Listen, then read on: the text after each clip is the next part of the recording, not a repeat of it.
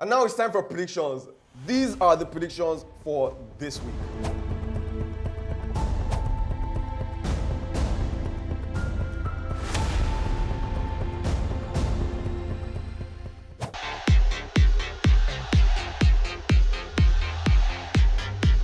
Welcome back. It's been long you saw us, right? Anyways, we're back and it promises to be late as usual. And April was sweet. The sheer number of holidays that we had, it was great. It was great. Yeah, April, brilliant month. Been away for a while, but a lot of things happened in April. Sometimes A lot of things happened in April. Some people jumped out of Europa League. Some people hired Frank Lampard back. What do you mean? All sorts of things happened. A couple of bottling companies were founded. As in,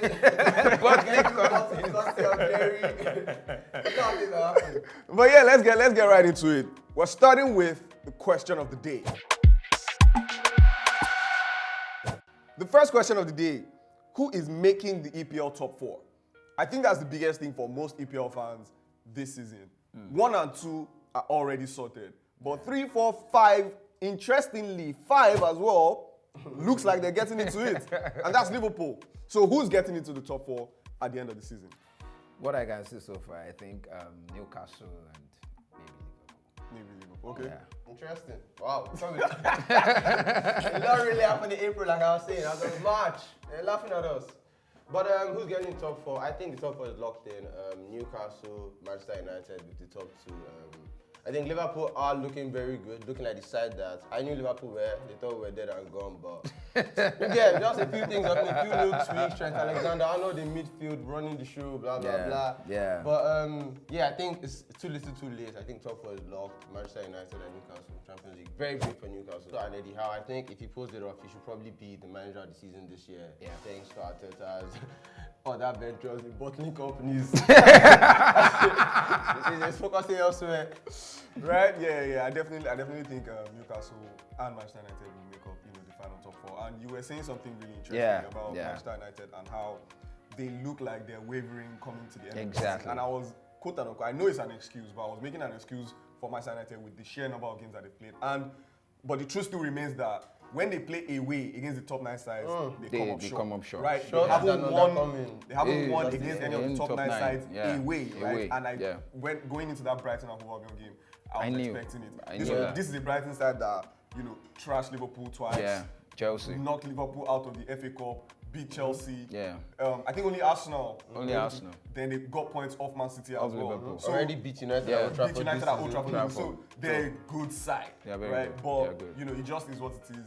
When they're still in the top 4 hunt, to be honest. Like maybe not top 4, really. No, Liverpool are the top 4 hunt, so they can't go ahead of Liverpool to win the game. Yeah. So people just don't talk about it because it's Brighton. It's Brighton. So that's what was United. I was going to say top 6 conversation for sure. For sure. Right? Because they do have 2 games in hand over on Liverpool. Exactly. And if they win those 2 games, they are going up to 5th. That's another big. I'm very sure, like right now, you can see Brighton right now, like they are going to be in competition for the European spot. Yeah, definitely. And that's what Shotty was saying just now. Like first time in their history ever, they're probably going to be. That's a brilliant manager. We thought after Graham Potter that Graham Potter taking them to levels that we've never seen Brighton look this good again. But for Graham Potter to leave and then for him to come in and look maybe even better than him. And it's not even doesn't look like this is the hangover of Potter's team. This is his own team. Like we're seeing players that went thriving under Potter thriving now. I think he's one of the best managers in the league. Definitely. Brighton are going to have a lot of people coming for their whole squad. Of course. I mean, players, manager. We know that Brighton and their scouting team are they're going to have to do it again, no. And one thing about that system is it's not sustainable. It will catch you one day. At the end of the day, in 2027, that relegation battle. It's an investment system, right? Yeah. Look at Julio Enciso now, that they actually just signed and see what that boy is playing, 19 years old, straight into the Premier League. They're still getting the hits, but it's about how do you keep doing that? Like we saw Dortmund try and do it, then they'll fall off or something. We saw Southampton do it as well. And almost get relegated. Like you can't live on that forever. Okay. So that's the first question of the day. Who is making it into the EPL top 4 at the end of the season? Let us know your thoughts in the comment sections below. The other question of the day is very interesting. We spoke about it just before we came on air. Who is Dide? It feels like some people already know who he is, but I mean, the song in and of itself is amazing. Thrill, I was surprised to know that he was a footballer that was rapping like that. It reminded me of Fredo. And yeah, let's see if he'll get unmasked at the end of the day.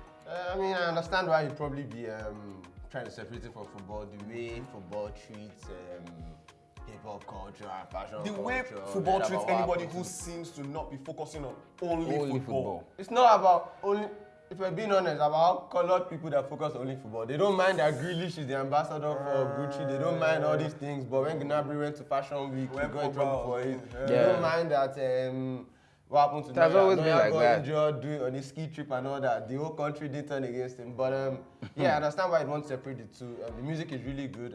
I think it's apparently Shiyuju. I mean, the proof looks pretty fitting with the tattoo. So Yeah. Sounds like it. I mean, you could. he's probably a better musician than he's a footballer, to be honest. He's decent at football, but That shit does not necessarily. But he's let a us very talented individual. And one thing We have a lot of that footballers that I rap think also, they- you know that. Yeah. Where do you want to put Memphis them? is Memphis. better than the Pride, What about- for sure. But yeah, let's move on to today's news. That's the next segment, and let's get into it. So today's news, the very first thing we're going to be discussing is the biggest news in world football at the moment, arguably. Napoli have won their first Scudetto in 33 years. In They 33 deserve it. years. They And an deserve interesting it. stat that I found was that a year on from Maradona's death and like Napoli paying tribute to him, they won the Serie A. And sort of like the same jinx was broken for Argentina. After they paid a tribute to Maradona, they won the World Cup. Maradona is smiling at them. The biggest thing for me is Victor Osimhen scoring the equalizing goal that sort of, and not just scoring the equalizing goal, the consistency over the season, the highest goal scorer in the league. He was the point man for Napoli. They struggled without him, and he's back from his injury, and he scored the equalizing goal that just sealed it for Napoli. That's a huge and a very brilliant story to tell. And as a Nigerian, as a black man in Italy, you know how they face racially abused black men. And it's a very, very good headline when you can talk about a black man selling the deal for a football club like Napoli, to say. And for 33 years of a history, I mean, it's a very big one and a long time story to tell for a very long time. Yeah, very historic accomplishment. He scored 23 goals so far. That's the most by an African player in Serie A. Yes, he knocked Samuel Eto'o off. I like that. If he hasn't done it in 33 years, and like I said, it was perfectly fitting that it was Osimhen that scored the goal on the night. So it's like the pivotal goal because he scored most of the goals. Glad for Napoli. Hope they can do it again. Hope they can keep the squad together. It's not going to be easy. Spalletti did. Those stars will come in. They lost a lot of key players. Koulibaly left, Insigne left, Mertens left. They just a new. He replaced each one of them. Each one of them, yeah. Koulibaly, Kim J. He replaced Mertens with Kvaratskhelia, Insigne with Osimhen, and everything. And it's working for Napoli. Hats off to Napoli. Can't wait for the trophy pictures and celebrations. But you could see the celebrations because there was a viewing party in Naples. The scenes were crazy. Like they've been waiting since like 2 weeks. I want Osimhen to stay there even longer. I think Osimhen stay there for last season. He should still be a champion there. Like, shout out Osimhen knowing that he's the champion. Shout out for one more year. Definitely. That's something you can say, from the outside. But look at, as a footballer, obviously, you want the bag. You want the bag, man. Payday. You want the payday. Right. Napoli too won the bag. So. Yeah. Definitely. There's the right time to do that. That's a big one. And let us know in the comment sections below. Do you think Osimhen should leave Napoli now, or do you think he should stay on and just lap up the praises and continue to do? So it won't be like Lukaku, right? Let's not jinx our boy, bro. Let's move on to the other news of the day, right?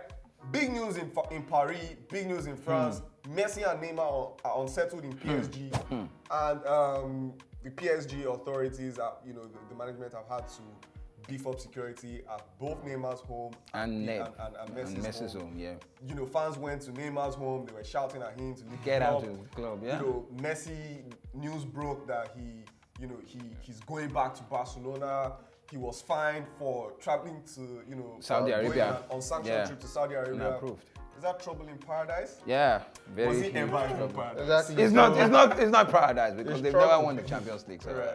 they are not. So, sorry. So, I think how time flies, like how things just turn around, just like that, in a twinkle of an eye, and everything just been when we're going south for PSG, for Neymar, and that of Neymar, we saw that coming a long time ago. PSG has been a failed You understand? project for a long time. Yeah, It's a long failed time. project for a long Since time. them Ibrahimovic and co. It has Ibrahimovic, been a Cavani, failed it's always been a place where because they failed to win the Champions League, and which has they were never supposed main to win Champions focus, League because the way it is run is just poorly run. Like it's so star heavy. They never really built a squad that like in all these years, PSG have never actually put out an 11 that I thought should win the Champions League. Of course, they've had great players worthy of the Champions League. They had Mbappe. Like now they have the front line worthy of the Champions League. But I look at the rest of the team and I don't think these are Champions League winners. Do you I know don't why? think Sergio Ramos is the Champions Do League you winner know anymore. why? I look at their midfield and PSG's midfield over the last 10 years, there's only one real standout player there in Verratti. Of course. So you've just been building teams that, like, it just doesn't make sense. Like children playing FIFA, like you just sign the best players in the world and put them all on the pitch and tell them to win. Like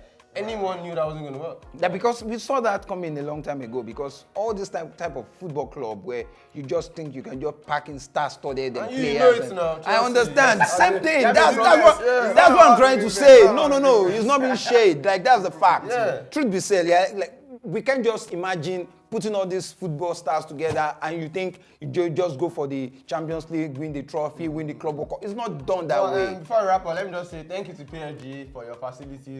Messi FC. They allowed us warm up for the World Cup. The stress of Barcelona was getting too much. Yeah. They went to go and deck the same France in the World Cup final. I understand why you're mad. If I were you, I'd be No outside way. the That's Did you just say that? That's an angle. But let us move on to hit or miss. So hit or miss, today's segment is news that's coming out from Chelsea, right? From Cobhams. Cobhams. Not Cobhams. I suppose. No, From Cobham. Cobham, right? News that's coming out from Cobham is that Pochettino is having conversations with Chelsea to take over as their manager for next season. And Tottenham fans are coming for Pochettino. I don't want to talk about that. No, Butlers. Those are unserious people. Butlers. They should face Daniel Levy Yeah. for that. They Yeah. should face Daniel Levy. But yeah, do you think it will be a hit or a miss if Pochettino does go to manage Chelsea? I am, as a Chelsea fan, I have a lot to say about that. But first thing first is that's the only person on paper and that's the only experienced manager right now that we think Chelsea Football Club can hand over. Nagelsmann, everybody just keeps shouting Nagelsmann. For me, I think he has not yet been in that kind of pole position. Though he managed a football club that they thrive under him, they move fast, and you can see the pace, and you can see the line of career he had is like that of Tuchel and Jürgen. Do you understand? So for me, I think Pochettino is the right fit. He's old enough. The respect, he can command the dressing room. Do you understand? And the fact that the owners are here and there, day and night in the dressing room, is part of the problem Chelsea Football Club is having. So do you think you it's going to understand? be a hit or a miss? I think for me, right now, it's going to be a hit. Not to be a champion, but a contender or maybe part of the top 6. That's what we really need right now. I think it's going to be a miss. And I love Pochettino. I think he's a great manager. Where they are Tottenham was brilliant, got a Champions League final, young players. He's a good manager, no doubt. But the way things happen for him at PSG, I start to wonder that can he be a good replicate the manager? successes? So of at Tottenham, there was no expectation at Tottenham. Like they were just build up these young boys, Gary Kane score a couple goals, maybe make Champions League, get a Champions League final year. When he got to PSG and the expectation was so high on him, like we saw how that looked. To fail at PSG is that's quite a hard thing to do. Like, okay, you won't win the Champions League, but to look bad at PSG and for them to sack you after a short period of time, it makes me wonder that can he handle how turbulent this Chelsea dressing room is going to be. So it's probably less about Pochettino, but more about Chelsea. Chelsea just look directionless, and I feel like next season it's still going to be a season of trying to piece it all together. So many players need to leave, players need to come in, so you're going to have the same gelling problem again next season. And if you're not patient, you end up sacking the manager because it doesn't look good again next season. What I think about this is that, don't you realize that this appointment is taking so long?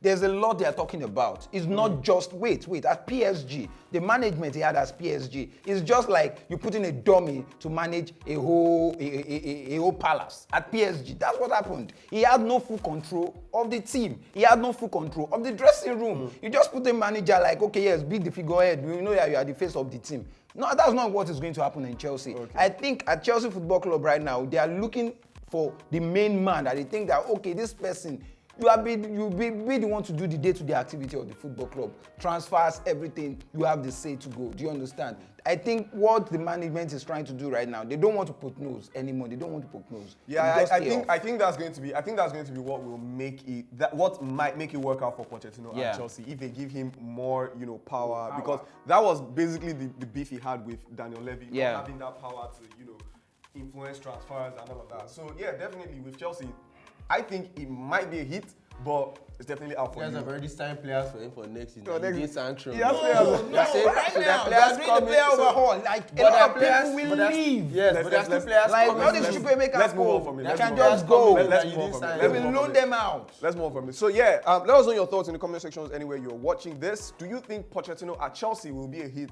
or a miss? And do you think that Tottenham fans are right to come for Pochettino, considering the fact that there's that rivalry and the rivalry did get intense recently, so you expect it a little bit, but no, because we all know Tottenham. Don't worry. Let's leave Tottenham. You always come for Tottenham for some I reason. hate them. They are butlers. And now it's time for predictions. These are the predictions for this week.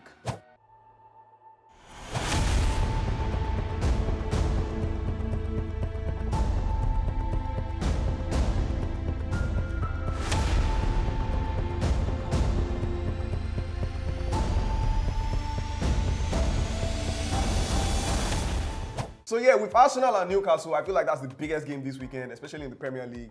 Newcastle currently sitting third, Arsenal sitting second. Arsenal feel like they can still go on to win the league.